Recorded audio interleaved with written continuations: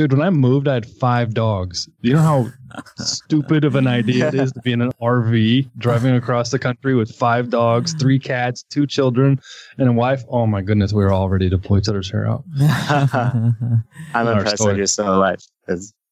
Me too. Yeah, there we go. We want to make sure if you have a Google Home, Alexa, some other smart TV device thing that can listen, NSA device, go ahead. Turn. Yeah. Did you learn this one the hard way? No, shh, quiet. I'm listening. Yeah. No, go ahead and want to turn those off just in case we have anything. Sonos too; those kind of can set off randomly.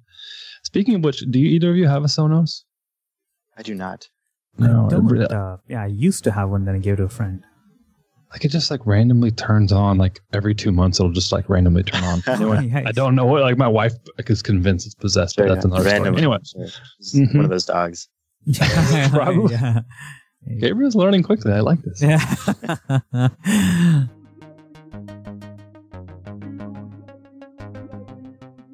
From the Spec Network, this is Fragmented, an Android developer podcast where we talk about building good software and becoming better Android developers. I'm DonnFelker. And I'm KaushikGopal. Welcome to the show. This episode of Fragmented has been brought to you by Rollbar. With Rollbar, you can catch code errors before your users do, because I don't know about you, but the last place I want to find an error is inside of a 1-star review on Google Play. That's just pretty much the worst case scenario, because getting those 1-star reviews to go away is really problematic. So the next best thing is actually preventing them from happening. So if we can prevent those errors, even better. Rollbar will help you do that. The cool thing about Rollbar is they work with all your existing major languages and frameworks. And to really tie this together is they work with your Android application, so they're bug and crash reporting, all that kind of good stuff.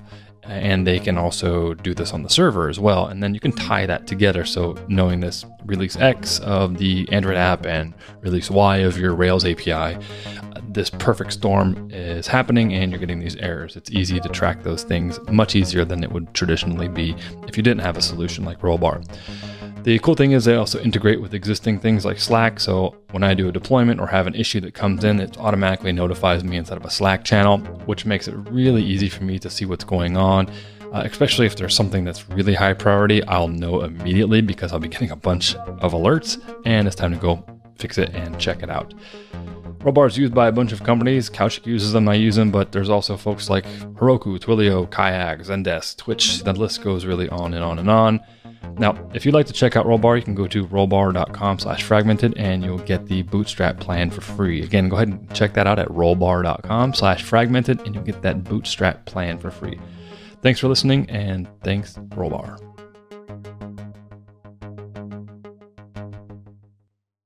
It's pretty awesome when you use a third-party library, love using it, and finally get to talk to the person who actually helped build it. In this episode, we talk to Gabriel Peal. Besides having quite the illustrious career in Android development, Gabriel now works at Airbnb and helped build this really, really cool animation library, Lottie. What is Lottie?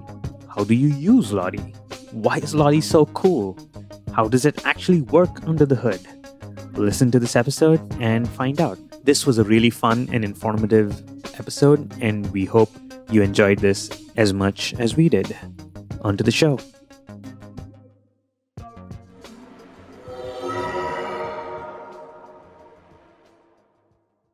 Kaushik, one thing that's really nice in applications that I'm really terrible at implementing? Oh, what is that? Animations. Animations are like those things where, like, if it was easy enough to just do it, it would like make your app look like 10x more professional. If done right, if done tastefully, if done right, yes. Done right, yeah.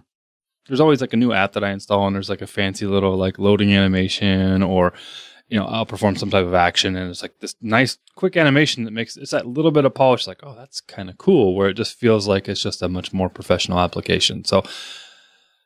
Anyway, do you know of anyone that we might be able to talk to that might have a little bit of information to kind of help us up our animation game? Oh boy, do I do. Recently, Airbnb pushed like this animation library called Lottie. Yeah, that thing was awesome. That is amazing. And, sometimes, tools like promise that, this is so easy, just like add a dependency and it'll all work. And basically it'll all work means you add like 20 more lines of code and try to figure out why nothing's working. Right. I tried Lottie and it like the promise is true, right? So I was like super excited about this. But I thought like rather than just like speaking about like my own experience, like why not just get the guy who built this, right? Yeah. So without further ado, we'd like to welcome Gabriel. Welcome to the show, Gabriel. Welcome. Hello, and thank you for having me. Appreciate it. Gabriel, you kind of have a very interesting background, as we were talking before we started recording here. For the folks that are not familiar with you and your background and kind of what you're doing now, would you mind giving them a rundown of kind of where you've been, what you've helped build, and kind of what you've built recently in regards to Android? Sure. So I first got started in the mobile world very, very slightly with the iOS jailbreak community back in, 2008 or 2009, where nice. I had an iPod Touch with iOS 1.0 and was waiting for, we all wanted apps on iOS. And this was the days before the App Store.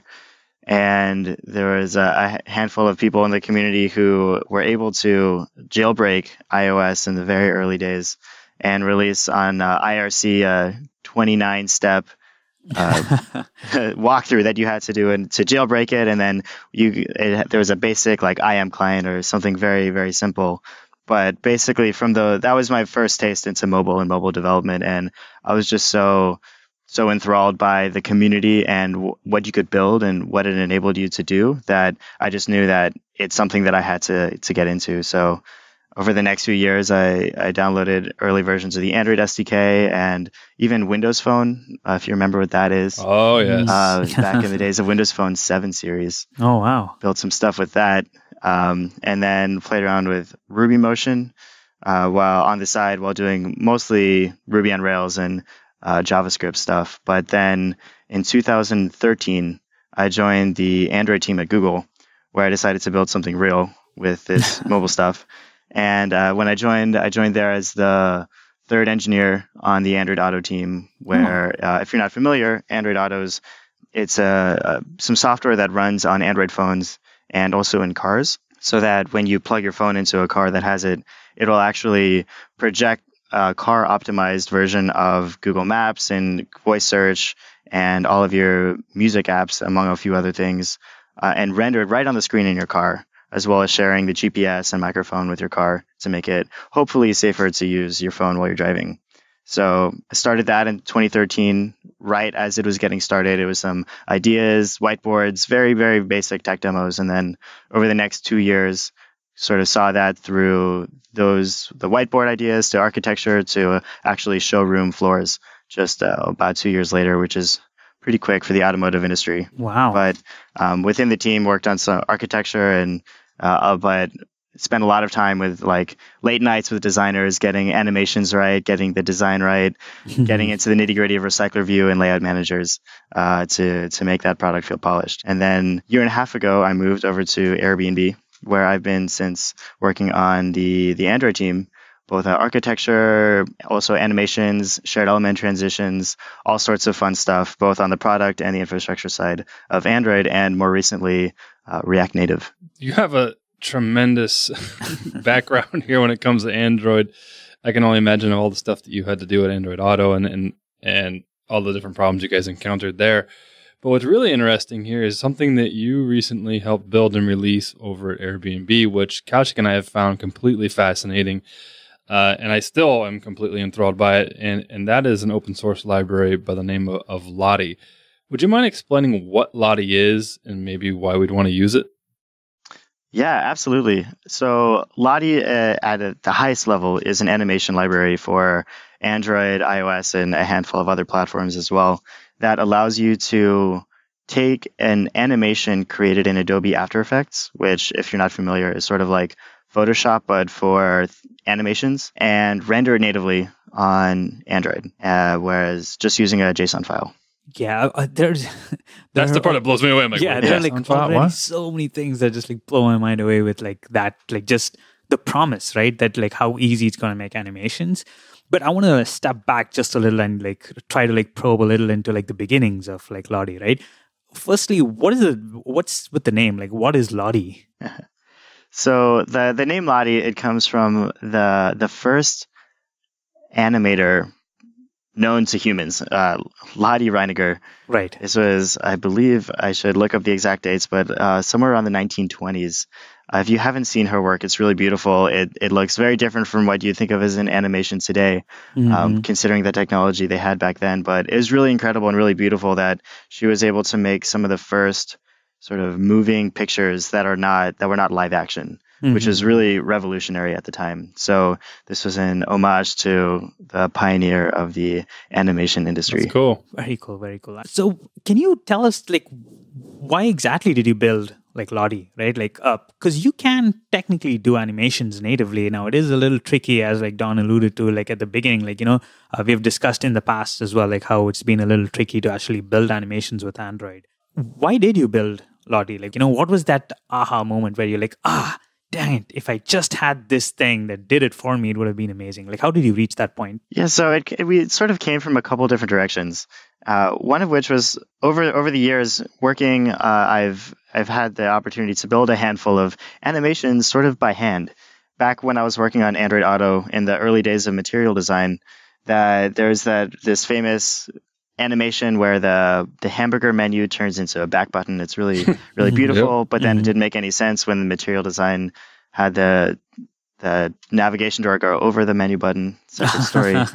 but back in the early days when that was more of a thing, I was asked to build that, and it's quite literally 3 lines that rotate and slide and like change lengths a little bit. But getting that right literally took like days of just tweaking the scale a little bit and moving things a little bit to the left and the right. And it's such a simple thing.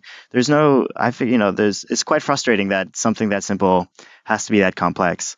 And then rinse and repeat that a couple more times, and you sort of find yourself at the end of the day either saying, this probably isn't worth it, or kind of slogging through, and then you end up maybe shipping a couple extra bugs or whatever, missing a couple features because you spent a couple of days doing this little animation. Not to mention all the other times when I've had sort of the fortune of working with some really incredible designers, and they would come to me with this just beautiful, beautiful animation. And then all I could say is cool. Like, that's great. What can we do with that? Thumbs up. Cool. Right on. Yeah, that makes them sad, right? And that's all their hard work. And they build these beautiful things that make sense, and they would go so well in the product. But then how sad is that when there's nothing we can do with it? So I don't like to make people sad. How would they bring these files to you, or these animations? What would they develop them in? Back then? Yeah. Before Lottie? Well, it would a GIF, MPEG-4. They'd walk over to my desk and show me on their laptop, and I'd do my best to remember it or something like that. But it seems like those are the dark ages now compared to what we have. So I guess like the impetus, I guess I'm trying to uncover here is what was the, how did you figure that I see something cool that's in, After Effects, which is what seems like, Lottie is able to pull these animations from, which, correct me if I'm wrong, it might be one of the standards in the animation standards in kind of the video industry. But how did you get from, hey, I see this cool thing in After Effects where you can do all these crazy, animations, and I'm going to be able to pull that into Android? Where, like, to me, I look at that and if someone showed me, like, no, that's not happening. Give me an MP4 or whatever, and we'll play it or something. How did you get from point A to point B in that regard?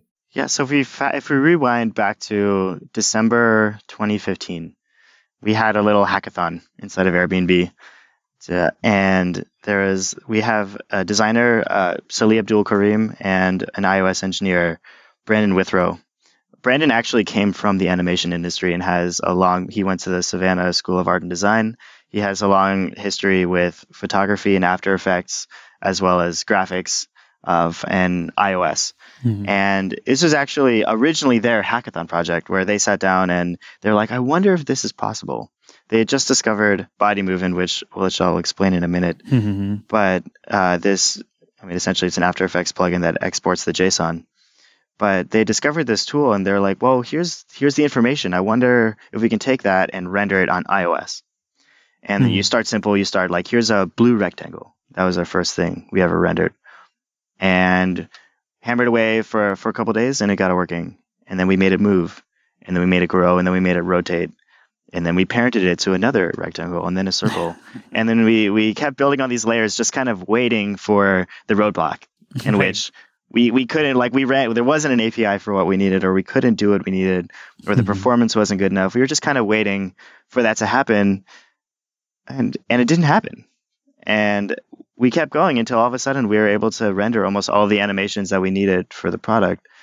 At which point, last August, I came along and I said, look, like, this is incredible. This is going to be hugely impactful, but it could be even better if it works on all platforms. Yeah. So I came along and then started up the Android side of the project, and sort of took the baton from what they had started, and then basically did the whole thing again on Android and started with a blue rectangle, and then made it move, and then made it parented to a circle.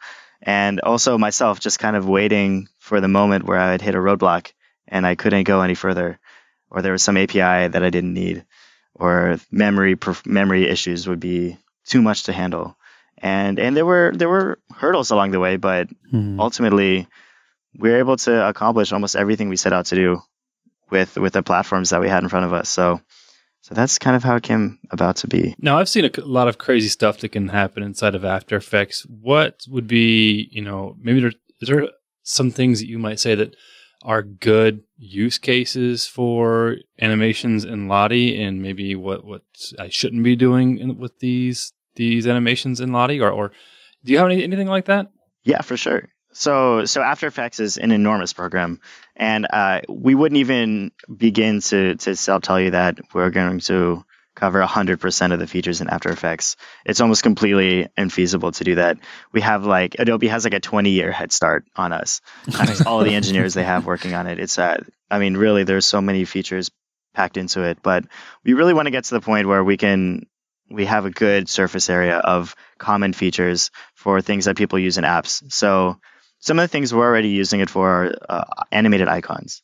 And so right now, if you go to an Airbnb that's usually booked and a listing, then we'll show you there's a little light bulb that sort of animates, and it shimmers, and it has a few fun animations to indicate to you that it's normally booked.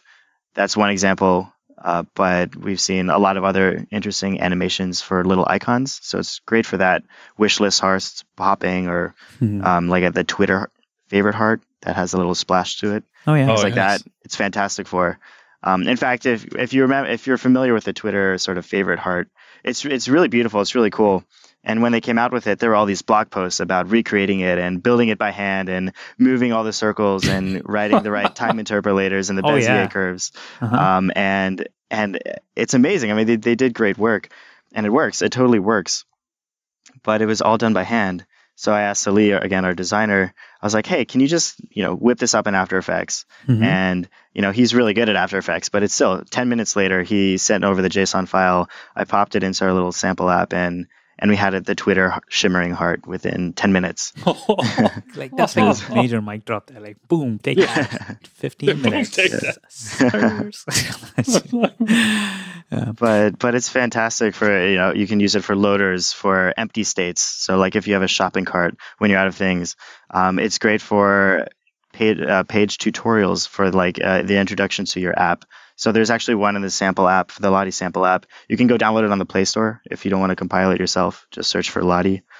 And we've actually hooked it up to a view pager, so that as you're swiping through, it's going through a full screen Lottie animation, but it's correlated to the gesture itself. So you can go forwards and backwards, and it actually moves forwards and backwards through the animation as well. Can be used for splash screens, and can even be used for static images. I was talking to an engineer at the New York Times recently who asked me if it made sense for static images, and I hadn't really thought about it before, but as it turns out, these JSON files are often smaller than their equivalent PNG, smaller than even if you're using these vector drawables, the XML, even a few advantages over that. So often it's even smaller than the XML that Android Studio spits out. Not to mention, when you do use those, the build tools have to then rasterize those into PNGs for older versions of Android. And especially if you don't have split APKs or something like that, you're shipping all of those PNGs anyways. and they're rasterized. Whereas if you use Lottie for the static image, you just need the JSON across all your API versions. That's pretty cool. But I want to step back because there are like some huge advantages that I want to make sure like our listeners also catch that may not necessarily have come up. You have an accompanying library on iOS as well, right? So like, can you talk about like the platform support here? Because at Instacart, we use like Lottie, right? And like it was amazing. And so like, this is like where it becomes like really cool is the fact that you can like literally share these JSON files, right? Like, and we'll shortly get into what those JSON files are. But you have it on iOS and you have it on Android at this point, right? Do you have it on other platforms as well? Yeah. So Lottie, actually, the foundation of Lottie is built off of an After Effects plugin called Bodymovin, and it's both a plugin that exports the JSON, but it's also a web player. And so using that JSON and just Bodymovin itself, you can use the exact same JSON file on the web, so you can put it on your website. Wow. And I built Android, and then Brandon built iOS. We also, in-house at Airbnb, Leland Richardson wrote React Native bindings for it. So your React Native app can use it. And we've had community contributions for Xamarin, NativeScript, and Accelerator Titanium. So, and there's even a Windows binding for it, which is nice. Fairly new and pretty amazing that they've gotten that to work. So really any platform you can imagine, from the web to Windows and everything in between, there's some way to use the exact same JSON file for an animation. I want to step back just a little, right? You mentioned Bodymovin, right? And like maybe we should like get into like the details, right? What exactly, because this was something that like I've not necessarily used After Effects, but this was like, actually, if I have to like talk about the most painful process of using like Lottie, it was probably installing this freaking plugin, right, on Adobe, because I've obviously not used the After Effects as much.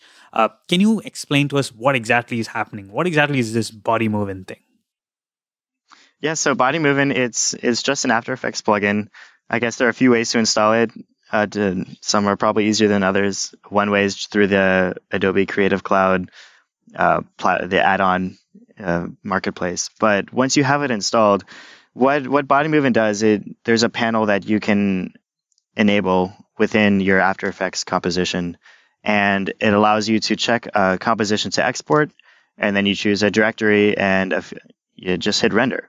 And what happens behind the scenes is it walks through your entire composition, and it looks layer by layer in all of your contents, and it basically creates this structured JSON file that has vector information in it. It has transform information in it, like opacity, anchor point, position, rotation, things like that, and as well as shapes and stars, circles, everything you can imagine, all the information that's part of your After Effects composition. But in particular, the interesting part is the shapes, is that they're all Bezier curves. And if you're familiar with a Bezier curve, it's basically the information from point A to point B with some control points that help specify the actual direction of the curve and how steep it is and stuff like that. And then for each of the values, like rotation and opacity and anchor point, they're all animatable the way that they're structured in the JSON, so that instead of just saying the rotation is 45 degrees, they're created from these keyframes. And a keyframe it consists of a start frame and end frame, a start value and end value, and a Bezier time interpolation between those two values. So not everything has to be linear. And so you could imagine if a rectangle goes from the top left to the bottom right, it may be the position part of the transformation that has a keyframe that specifies exactly when it should be in the top left, when it should be in the bottom right, and then we can use that time interpolation to move it between the top left and the bottom right, depending on the curve that they've specified for the time. Very cool. And all of this, like, just so I make it clear, you don't have to write any of this, right? Like, all of this is basically done by Bodymovin. So essentially, this fancy animation that you get in After Effects. So like, just think of like this video that plays like a fancy animation in After Effects. It's straight up serialized into JSON, right? Like all that information using like Bezier curves and like all the things that you just mentioned is encoded into JSON, and it just plops this output JSON file that you can then use. Yeah, it's pretty great actually. Working with Salih, our designer, on this throughout the process. He's been using After Effects for so many years, but never needed to know the inner workings of Bezier curve or control points or anything like that. He just knows how to make it look beautiful, and he puts the points where he wants, and he drags the handles around, and he makes some of the most beautiful animations I've ever seen. Whereas as me, I'm a terrible designer, but I sort of understand how control points work and Bezier curves. And so for me, when he exported the JSON, he's like, I have no idea what any of these numbers mean. And I get the JSON and I say, I don't know how you made it so beautiful, but you sort of put the two together, and all of the hard work now happens behind the hood in Bodymovin and in Lottie, and a designer can just make something that looks good, and now an engineer can just drop in the JSON file, use Lottie, and hopefully it'll just work. So that it's kind of a perfect segue in here to the question that I have. Let's say that I've received this JSON file from my designer, or I've downloaded one from the web or whatever, and I'm ready to throw this animation into my Android application. What are the steps that are necessary for me to start playing this animation in my application?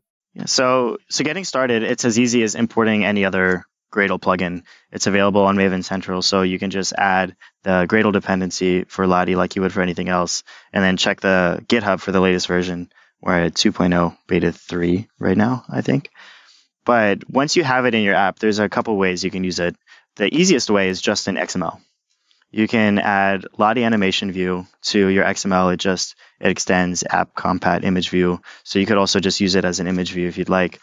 And then there's some XML attributes you can set for the animation name and whether you want it to automatically play and loop and a few other things like that.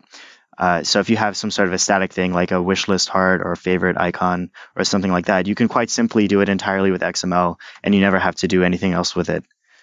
You can also set it up programmatically. So once you have a reference to your Lottie animation view, you can set the animation either by the file name or you can give it a JSON object, which opens up the possibility of even getting these animations from the web, which isn't possible for so many things. You can just get a very small JSON object from an API like you would from anything else, feed it into Lottie, and then you can get these amazing dynamic animations.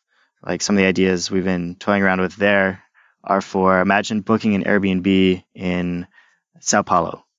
Then we can show you a custom animation for the city that you booked, like a parrot. Or you go to Paris and you get the Eiffel Tower.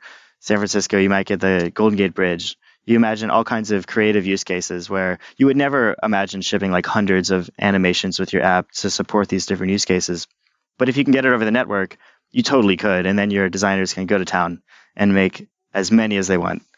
Exactly. And that's like the beauty here, right? Because you don't even need to package this with your app. So your app size could still be like super small for all you care, right? You just like download. It's almost like the asset streaming functionality that's like built in like to, I guess, like iOS and like probably Android has it as well. Where like, usually with game developers, they tend to do this, right? Like they like different levels are stored, like the assets for different levels are stored like or packaged differently. And then you download it as you need it. You can basically do the same thing now with your like fancy animations, right? Like you can just like literally download this JSON over the network and then make use of that. Yeah, absolutely. But then I guess going back to the original question of how you use it. So you can use the view directly. You can set it XML. You can set it programmatically. You can load the composition directly. So the model layer for Lottie is something called a Lottie composition. That's basically the loaded and deserialized version of the JSON. You wouldn't necessarily use it directly, but if you're maybe reusing an animation, you can load that if you'd like. But you can also load that into a Lottie drawable. And everything happens inside of Lottie drawable at the end of the day. And you can throw that anywhere you throw any drawable. So you could put it in a toolbar. You could put it inside of your own image view. You could put it inside of an image button. You can anywhere you can put a drawable. You can put a Lottie drawable and put that animation wherever you'd like. Oh, that is, yeah. This is so game changing, right? In terms of like just building such a rich UI. And this is all program. I mean, just for listeners that are aware that can't see the code that Kaushik and I are kind of looking at here as we're talking to you. This is all programmatic too, so I can, start animations or stop animations based upon certain UI events like button clicks and so forth. Is that correct? Yeah, absolutely. And the progress is also dynamic. So you can play it, and really all that's happening is creating an animator and it's setting in the progress from 0 to 1, but you could totally do that yourself. So as I mentioned earlier, that the sort of view pager walkthrough thing, that just manually sets the progress. So we never call play, but we hook it up to a scroll listener of a view pager and then set the progress of the animation based on the scroll progress. And then you have these dynamic interactive animations that don't require an explicit animator or doing crazy animation timings. You can just set the progress to whatever makes sense. It also allows you to do things like looping a specific segment of an animation. You can play from one time to another time if you want to sort of key different chapters of your animation per se to different kinds of events. So you have full flexibility. You can play it backwards. You can play it at double speed. Whatever you want to do. So you can even tell at a particular point in this animation, I want you to play this segment, over and over or whatever. Exactly. That is wicked cool. Quick follow-up to what you said. So you mentioned if you wanted to reuse animations, right? We could basically get a hold of like the Lottie composition. So that just raised a question in my head. Is there a significant like memory consumption when you actually use something like this? Like, why would I need to reuse it, right? Or what are some cases where it would make sense to reuse an animation, a Lottie animation? Yeah, that's a great question. And earlier versions of Lottie, depending on if you use masks or mats or other features, would allocate bitmaps and have to do quite a bit with memory. But as of Lottie 2.0, it doesn't do any real memory allocations other than simple model objects. And it's fairly efficient at doing that. But this Lottie composition object, like I said, it's the deserialized version of your JSON. And so if you want to create one, you have to do your disk IO to load the file, and then you have to parse it and load it into all the layers and the components, and we have to rebuild those keyframes from the JSON. And it's pretty quick. For most animations, it's on the order of 5 milliseconds, 10 milliseconds. So really, really quick. And you probably wouldn't even notice it. But if you're going to be reusing it like in a wish list heart in a list or something like that, you might as well keep it around. And so we've actually added some helpers inside of Lottie animation view. You can actually, when you set the composition on it, you can actually set a cache strategy. And so there's 3 options. There's none, in which you just set it, and then if you set it again, it'll try to reload the file. You can also set a strong reference or a weak reference cache. And so you can give it an animation name. It'll go ahead and look in the cache. And again, strong reference or weak reference, depending on what you want. And then if it exists in the cache, it'll just pull it directly from the cache. And so there's no overhead or anything like that in reusing Lottie animation many, many times over. But it's there just to save that disk IO and JSON deserialization. Got it. That makes sense. Are there any other performance implications that developers need to worry about when using Lottie, or are there anything they should be aware of that they shouldn't do that could cause performance issues? So since 1.0 to 2.0, there's been quite a number of performance improvements that have been made. So for most animations, if you're using just fills and strokes and basic shapes, there aren't really too many issues with performance. I mean, generally speaking, the more complex an animation is, the more shapes there are, the larger it is. It takes more time for Android, the GPU, to actually do the math, and figure that out. There are 2 features. There's masks and mats, which if you do use, there's a slight performance hit. And because Android we have to go and render that layer to a separate place, and then render the mask and mat to a separate place, and kind of fold with a Porter Duff transform back onto the original canvas. But it only does it on the region. So if you use a mask and a mat, try to keep them small. Otherwise, there could be a little bit of a performance hit there. And I mean, since we're in the topic of like the different things, like maybe could you tell us like what exactly are the building blocks? Like let's maybe dive in and try to understand like how these things like really work, right? Yeah, absolutely. So in After Effects, it's basically, you can think of it as like a giant bucket of Legos. There's like hundreds and hundreds of different shapes and colors and sizes. And we've tried to pull out the most popular ones. You have your 4x1 Lego and your 4x2, the really popular ones, right? I like this analogy. I'm getting it already. So there's some really basic ones. You have like a rectangle, and it has a width and a height. You have an ellipse, again, with radius in the X direction and the Y direction. And then there are stars and polygons that have like you choose a number of points or the number of sides. You can make an arbitrary shape as well. So that's just like a path. That's a Bezier path, of which it's actually the base of a rectangle, an ellipse, or all these other shapes eventually just turn into a specially constructed shape. And this is all inside of After Effects too, right? This is inside of After Effects, yeah. Okay. It is mapped obviously to Lottie, but so let's say you're a designer and you're going into After Effects. These are the things that you're using, but like a shape or a rectangle by itself, it doesn't do anything. It's just a shape. And so to that shape, you can add something like a fill or a stroke. And so a fill, as you would guess, you choose a color, opacity, and it makes all the shapes next to it in the layer that color. Same with a stroke. It'll add a border around it. There's some properties you can set, like whether it's inside of the shape or in the middle or the outside of the edge. And then as well as a trim path. So that's for a stroke. It's sort of a start and an end value. So you could imagine you put a stroke on a circle and set it to be from 0 to 180 degrees. You'll see like a backward C shape where you see half of the circle's outline. But then you can go on from there, and there's gradients. So for each fill and stroke, they both have gradients. And so you can fill a rectangle with a gradient that goes from black to white or red to blue. And then you can even choose the way you want the gradients to look. There are linear gradients. So it's like you could imagine wiping your hand across it, and it's a straight line as the color changes. Or you can kind of go at an angle or make it wider, faster, or smaller. Or you can make it radial. So you could imagine you put a point, and your point is blue, and then the further you get away from that point, it turns green or something like that. And then you can apply that either as a fill or a stroke. So again, these are things that Lottie does support. All right. So just so I can understand this better, like you initially told us, After Effects has like this gazillion features, right? Like there's they have like a head start of like 20 years before us or whatever.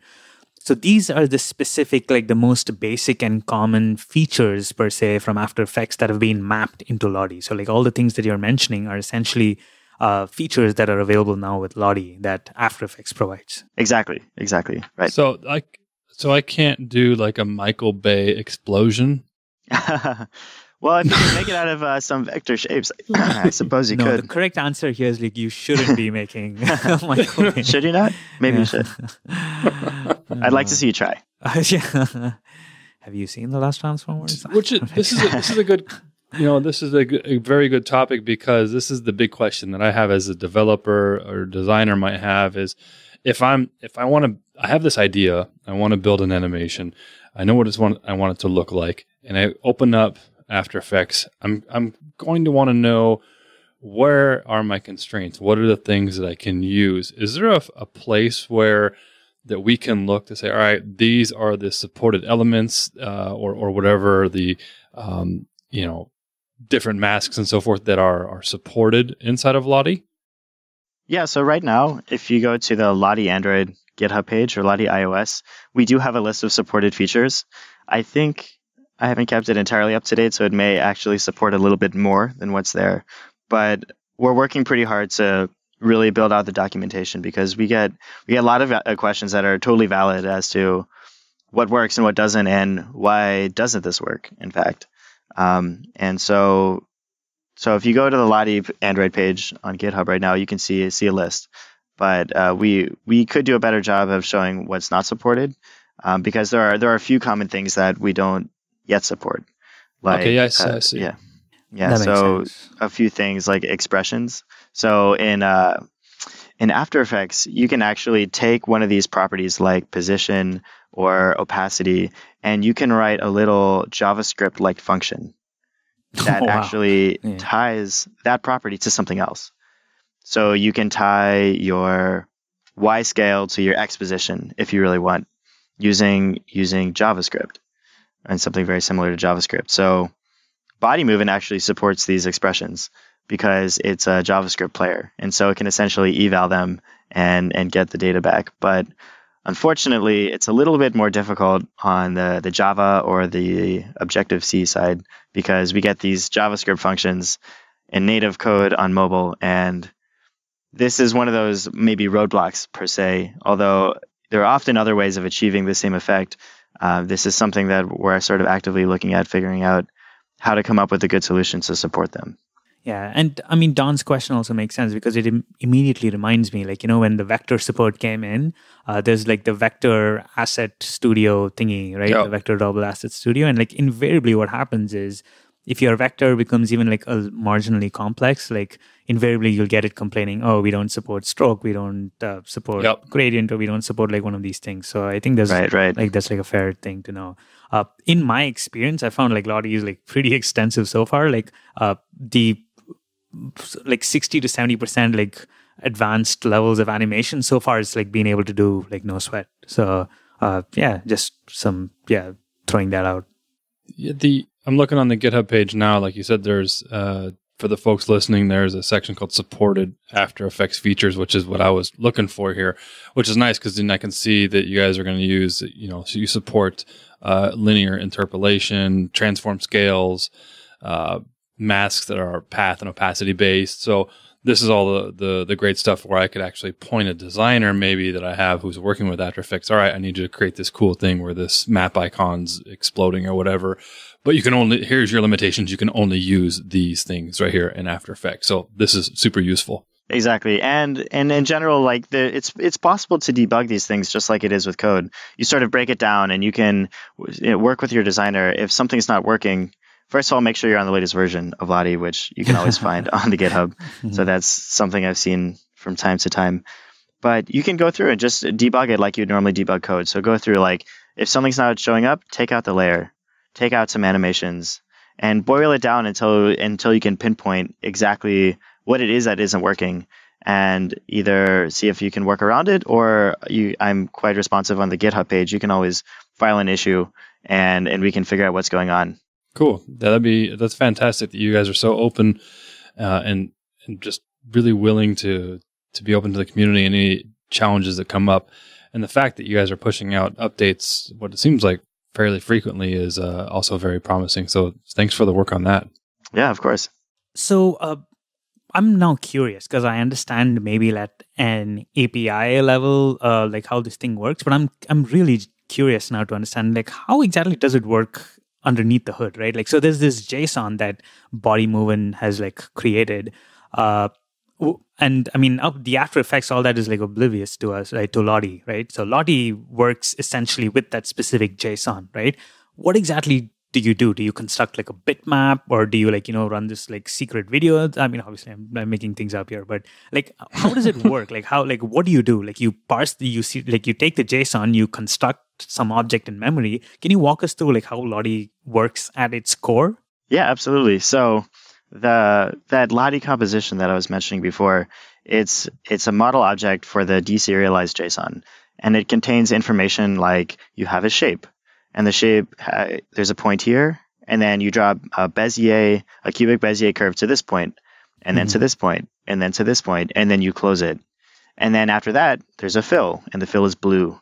And so you take all these things and you essentially have what is like a tree of contents. That includes, like the shapes, gradients, could be even images that you can associate with an animation. Got it. All these things. And then during each, we use mostly the canvas and the path APIs. Got it. Within Android, which are surprisingly complex when you dig into them. There's a lot of power directly in canvas and in path. And Lottie certainly would not be possible or trivial by any means without some of the really powerful APIs that have been built into that. But right, so that's like the crux, right? In the end, you're working with native animations, but not even like the animations like Object Animator or something that as Android developers we're used to. You're talking about like the core canvas here, right? Yeah. So we have Lottie Drawable, and there's a draw method, and it gives you a canvas. So you have this blank slate. And Canvas has all kinds of APIs, like you can draw a shape. Right. You can start rendering to an off-screen buffer. You can then render it back with a portrait of transfer mode, which is how we do masks and mats. You can take a paint, and with the paint you can give it a bitmap shader. With the paint you can dither it. You can give it a blur filter. You can give it a color. You can give it a gradient shader. You can do so many different things with the Canvas and the Paint APIs. So I'm really hats off to the sort of the core Android team way back in before 1.0, they actually got a lot of stuff right. They got a lot of stuff so right because many of these APIs are available all the way back to API 1, and Lottie supports API 14 for everything except for merge paths, which were added in 19, which is pretty incredible. Writing it, I was crazy. Just waiting for that roadblock, and I would try to do something, and then what I needed was there in Canvas, Paint, or Path, and sort of give a little golf clap to the original team that wrote some of these things. It's like those guys knew what they were doing, huh? Yeah, they definitely did. So you're essentially, Lottie is constructing animation code for us from that JSON, right? It boils down to that. And when you say we have to support this feature, essentially what you're saying is there's this template of how you would do an animation. I have to go back in and write the code that constructs the animation code from this template. Yeah, exactly. And unlike if you were to write it by hand, where you might give everything a name for circle 1 and then write the animation or the interpolation by hand, this it does it automatically. It's reading through that Lottie composition. It's looking at the current progress and it's saying, okay, there's a shape. The shape needs to be this, and we need to draw it with this paint. And then it sort of layers all these things together just piece by piece, and everything just kind of knows about itself, and it does its own little part in reconstructing one little piece of the animation. And then when you put it all together, you wind up with something that hopefully looks quite like the original. Right. And it's crazy given the complexity that it has to handle, because this was when I tried using it first, essentially what happened is I got an After Effects file from one of our animators, right? And I believe the images that they used were bitmap messages. They didn't necessarily construct the vector shapes in After Effects to begin with, right? Obviously, I went back and told them, "Hey, could you change it?" And they did it, no sweat. But I was curious to see how this would function. Hey, would Lottie actually be able to handle this? And it did, right? What it did was quite interesting. When Bodymovin generated the JSON, right? And I guess this is more Bodymovin. It also had a companion images folder, right, where it actually had the PNG images of just the assets, right? And essentially, and I was curious. I was oh, maybe if I plug this in, right, in my Android app, would it still work? And sure enough, it worked. With Lottie, you can specify a folder for the assets, and if you look at the GitHub page, it actually mentions this. So you can say, hey, if you have to look for image assets, look in this folder. And internally, the Lottie animations, and I sort of poked around the JSON, and it actually does refer to the exact image file, and it performs the animations on those images, right? Exactly, yeah. So there are some times when a designer may give you an animation with these bitmaps, and right. If you see that they probably could be reconstructed as a shape, it's possible that the designer didn't intend to actually export them as a bitmap, or you could ask them to recreate it as a bitmap or as a shape. It's much more efficient, and it can be scaled to any size. You also don't have to ship those bitmaps with your app. Oh yeah, because then there's images, PNG image, and then you're again worry about the resolution and different screen densities and all that. But if it's all JSON and vectors, you don't have to worry about that, right? Absolutely. Some people do some interesting things with the bitmaps. You could use your company's logo or something like that. So, there are times when it might make sense, and we got a number of requests from the community to support it. So we added it. But again, if it can be a shape, it's much faster, it's much smaller, it's much more efficient to do it that way. So I guess at this point, I'm getting a good understanding, right? But I'm trying to think about the comparisons of what one would use, if they hadn't used Lottie, right? The first thing that obviously comes to mind is we talked about vector drawables and animated vector drawables, right? Could you give us a sort of comparison?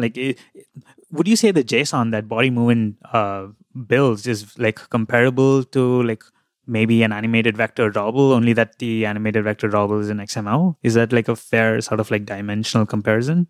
Yeah, I think in general, if you're able to get an animated vector drawable to work for you, then that's great. I think there are many cases. It's often very challenging to get it to do what you want. No, for sure. if you can, I think the file sizes would be fairly comparable. But the Bodymovin JSON is a little bit more minified. Whereas the animated vector drawable XML has it's sort of a little bit more human readable. It affects the file size a little bit. I think potentially apt as during the compilation stage will compress that down not entirely sure about that. But Right. as far as file size, I think you can think of them as pretty similar because they would contain roughly the same information. Right. But I mean, obviously, Lottie is definitely easier to use just because After Effects is easier to use, right? Like, there's like a closer one-to-one mapping there. Exactly. And you can just use Bodymovin. You don't have to reconstruct you don't have to write any XML. You don't have to do any of this by hand. Is there a situation when someone should not be using Lottie? Yeah. So it's a good question. I think I'm actually astounded day by day as I'm talking to engineers around the community, all the kinds of things that they're using it for. Generally, if Lottie can animate what you'd like it to, I don't think that there's any reason not to be honest. There are some things that it doesn't quite support yet or may have difficulty supporting. So I mentioned expressions before. It's an After Effects feature where you can essentially write JavaScript to tie into different parts of the animation properties. So that's one thing that it might take us a while to figure out how to do right. Another thing is text. So we're looking into text, and text traditionally on mobile platforms is you really have to think about things like internationalization and accessibility. So if a user changes the accessibility font size on their phone and the font gets bigger, you probably want to respect that with your animations. So while we could probably hack something together and draw your font with, Paint and Canvas do have text drawing APIs, but between internationalization and text wrapping and a handful of other features, we really want to get that right before we just put something out there that we think could lead to some really broken or unfortunate experiences for users. So things involving text are quite difficult. If it's something like a company name or a logo that it's a static text, you can always convert text to a shape in After Effects. So you can ask your designer to do that, and it'll just literally be the equivalent if you traced around each of those letters with a pen tool. It'll recreate that for you, and that'll work just fine. Okay. But actually supporting real text might be a little bit of a challenge. I didn't even think about that. And then again, if you're using really advanced After Effects features like dynamic lighting or wiggles, or you can really get to the long tail of After Effects features, and you might start to hit the limits of what Lottie can do. But for the vast majority of things that you would want to do within a mobile app, certainly Lottie can already do today. Right. And the beauty here is like After Effects is like the standard. It's like everyone knows what After Effects is, right? And almost any standard animator would basically use After Effects, which is also the advantage. It's not too crazy to ask someone to give you an After Effects animation. Exactly. Now, the question that I have here is a problem that I've run into before with vector drawable, as Kaushik brought up before. When you import a vector drawable, all of a sudden it just says, well, this one won't work because of whatever property is not accepted currently. So it kind of makes me wonder what happens when maybe I get a JSON file from from Bodymovin through the After Effects plugin, and I try to run the animation and it doesn't work. How do I go about debugging why this animation isn't working? Yeah, so again, it's Contact probably Gabriel Peal at Airbnb, and that's how you get it to work. Yeah, so certainly on the GitHub issues, I've been pretty responsive there. There's a little template that'll encourage you to upload or zip up your After Effects file so I can take a look. But really, you can think of it just like debugging any of your code. So you probably wouldn't just if your code doesn't work, immediately say, throw your hands up and then go to Stack Overflow. Although, some people do, I guess. But take a look at it. Debug it like you would debug anything else. Go through your designer, figure out if it doesn't work. Very rarely is it nothing shows up at all. Usually something will show up. Okay. And then you can figure out, okay, what's not showing up? Okay, is it this part of this one layer? So then remove all the layers except for that.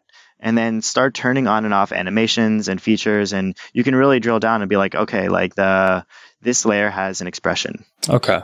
And the expression is not doing anything. Well, then we can go to the GitHub and we can be like, okay, does it support expressions? Or you can search through the issues for expressions, and you'll quickly find that Lottie doesn't yet support expressions. So that workflow sounds very much like I need to go back into After Effects, perhaps delete a particular layer, re-export that JSON, run it through the Android app again, see if it works, kind of go, rinse, wash, and repeat. Would that be correct? Yeah. And, in the repo, we do have a sample app.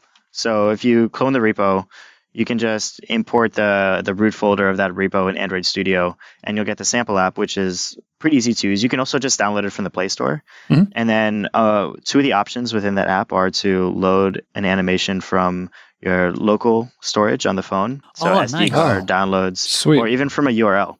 So, and again, there's obviously, because it's open source, the code for loading an animation from the network is in the sample app. If you want to take a look, it uses OKHTTP.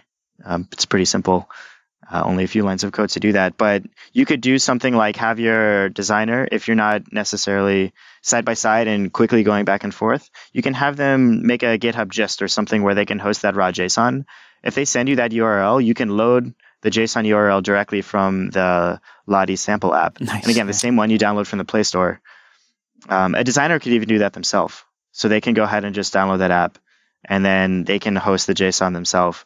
And then just copy and paste that URL into their phone, and You're they the could even man. try it out. That's the lifesaver right there. Yeah. All right. So at this point, like what I think we should do is like talk about some of the resources. Like if listeners want to get a real kick out of like, trying Lottie and like, seeing some of the crazy things that you can do, there's this website that I found called LottieFiles.com. Is this something that you folks like host or something? Or is it just something that the community has like sort of come up with? Because some of these animations, like when I was testing out to see if like, hey, like these Airbnb folks, can I trust them with like what they're saying with their whole thing, right? I was like, let me just try a sample app and like, I'll just pull one of these animations from here. I was mind blown because I was like, I'm going to go and like look at the most fancy looking animation there and drop it and then see if it works. And it totally worked, right? So I would encourage everyone to go to this website, LottieFiles.com, and like have a look at like some of these animations. But I was curious, like, what's the deal with this LottieFiles.com website? So, we actually do not host or maintain Lottie files. And I think, and that really speaks to the power of the community and why it's so exciting to put something like this out there. Because literally within days of open sourcing Lottie, I got a little Twitter ping like, hey, like check out this little project that I've been working on. LottieFiles.com was born like literally within days by the community. So thank you to anyone working on Lottie Files. I think it's amazing to have this out there. And so yeah, it's LottieFiles.com. And designers are uploading animations that you can then go ahead and drop in your app. Feel free to contribute more of your own. It's really exciting, and I go and check it every day or two to just see some of the things there, because some of them are really beautiful and they're really fun. Yeah, I mean, it's like, especially if you go to the popular tab and look at some of these things, I'm like, oh, this is so good. Like the toggle switch one, the exploding heart, like listeners should like have a look at some of these animations. They're just like well done. They're so good. Very well done. Yeah. Yeah, none of it would be possible without the community and like the designers, right? Like we, as engineers, we may be able to build a library like this, but it'd be useless if there were not amazing designers out there building cool things for it. Very true. Very true. All right. Gabriel, this has been really, really good. Can you tell us of some of the other folks? Because, I mean, obviously we use Lottie at Instacart now, like, in our production app. Can you tell us of like any other, you mentioned Uber Eats uses Lottie. Are there any other companies as such that have started using Lottie in production, like, giving it a real shake in production? Yeah, so it's hard to say which ones have gone to production, but I've spoken with engineers from all kinds of companies, from Uber to Twitter, Periscope, New York Times, Slack, Eero, and a handful of other companies, Yahoo, that are starting to look into Lottie and explore it. And I'm sure there are many, many more that that I'm not aware of. And so it's really exciting. And I do want to mention that as more and more companies and more of you guys as listeners are starting to use this, I really want to make sure going forward with Lottie that you can have faith in Lottie that when you upgrade, your animations are not going to break. So you might see, if you go to the Lottie Android repo, there's in the Lottie sample app, there's a folder called screenshots. And so there's screenshot tests, pixel by pixel screenshot tests, where it runs through all of the animations in the sample app, and it goes through and it sets about 10 or 20 keyframes. Progress is 5%, 7%, 10% for each of these animations. It captures a bitmap of exactly what it looks like then. And then if anything changes, that'll get committed to the repo and it'll show up in the Git diff. I also have an internal repo where I do the same thing for our own product animations. And then if any other companies have animations that they're using, I obviously wouldn't want to host them on a public repo. So we have an internal private repo, and I can essentially use your animations as part of our regression tests for Lottie. So we can have faith that we can work and we can make Lottie better without breaking your apps. So as you start to go live in production, do reach out to me. You can file issues on the Lottie GitHub page or email us at lottie@airbnb.com, and we can get you set up there so that you're safe going forward. Very cool. Software engineering done right. Gabriel, this has been really good. Thank you so much for diving in and giving us all the good details. You said Lottie at airbnb.com. That's a good way to shoot questions and other stuff. Alrighty. And if folks want to reach out to you, is there any other way they can do that? So you can find me on Twitter. My handle is gpeal8, GPEAL, and the number 8. So you can always reach me there. You can reach me on GitHub, and you can reach me at lottie@airbnb.com. So pick your favorite. Fantastic. And Don, if people want to find out what you're up to, what's a good place to do that? Twitter as usual, and that's going to be at DonnFelker. And most importantly, how can folks find you, Kaushik? KaushikGopal at Twitter is my handle. And yeah, if you folks want to reach out there, that would be cool. Thank you all so much for listening. And again, Gabriel, thank you so much. This has been so much fun just talking about it. And it's always so much fun to talk to someone who's actually built something that you use. So thank you so much. Thank you. Absolutely. Thank you. All right, folks. Thanks for listening. And we will catch you in the next episode.